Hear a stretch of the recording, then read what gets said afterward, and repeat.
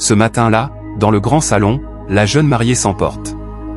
Ses employés sont rassemblés face à elle, alignés comme des accusés, et elle les frappe sans pitié, gifle après gifle, les rabaissant à chaque geste. Elle leur rappelle leur pauvreté, leur insignifiance, leur dépendance totale à elle. La maison résonne de son autorité brutale. Ce qu'elle ignore, c'est que son mari vient de rentrer. En découvrant la scène, il choisit de se cacher derrière un rideau, observant en silence cette démonstration glaçante de pouvoir. Elle occupe tout l'espace. Sa posture est droite, dominatrice. Son regard est dur, froid, presque méprisant. Elle marche lentement devant eux, comme une reine inspectant des sujets indignes. Chaque pas est calculé, chaque geste amplifie sa supériorité. Elle ne se contente pas de corriger, elle écrase. Elle ne cherche pas à éduquer, elle humilie. Son visage ne montre aucune hésitation. Au contraire, on y lit une forme de satisfaction. Elle semble nourrie par la peur qu'elle provoque. Plus ses employés baissent les yeux, plus elle élève la voix. Plus ils tremblent, plus elle s'impose. Elle transforme leur silence en preuve de faiblesse. Elle transforme leurs erreurs en condamnation publique. Elle rappelle leurs origines modestes, insiste sur le fait qu'ils n'ont rien sans elle, qu'ils dépendent entièrement de sa générosité. Elle les force à ressentir leur position inférieure. Son arrogance ne laisse aucune place à la compassion. Elle agit comme si la richesse lui donnait tous les droits, comme si le mariage avait renforcé son statut au point de la placer au-dessus de tout le monde. Dans ses gestes, il y a de l'excès. Dans son attitude, une soif de contrôle.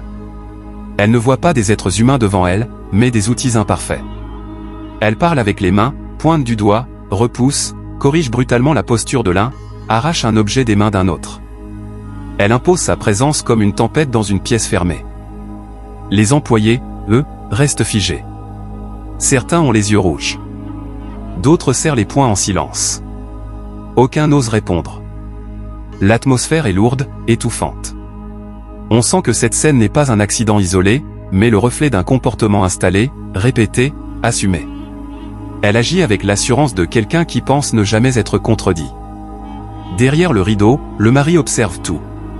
Il ne bouge pas. Il analyse. Il découvre une facette qu'il n'avait peut-être jamais vue, ou qu'il refusait de voir. Chaque geste de sa femme est une révélation douloureuse. Son silence n'est pas faiblesse, mais attente. Il laisse la scène aller jusqu'au bout, comme pour s'assurer qu'il ne rêve pas. Elle continue encore, élargissant son emprise, parlant de discipline, d'ordre, de respect, mais son respect à elle ressemble à de la peur. Elle confond autorité et tyrannie.